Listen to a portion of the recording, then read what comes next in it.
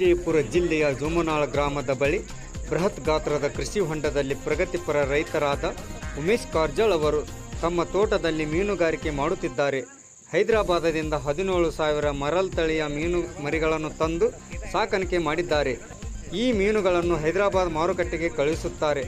ಪ್ರತಿ ಕೆಜಿಗೆ 750 ರೂಪಾಯಿಯಂತೆ ಜಮೀನಿಗೆ ಬಂದು ಮೀನುಗಾರರು ಮೀನುಗಳನ್ನು ಖರೀದಿಸುತ್ತಾರೆ. ಈಗಾಗಲೇ 2 ಟನ್ ಮಾರಾಟ ಮಾಡಿದೆ. ಇನ್ನೂ 10 ಟನ್ ಮೀನಿನ ಇಳುವರಿ ಬರುವ ನಿರೀಕ್ಷೆ ಇದೆ ಎಂದು ರೈತ ಉಮೇಶ್ ಕಾರ್ಜಾಳ್ ಹೇಳಿದರು.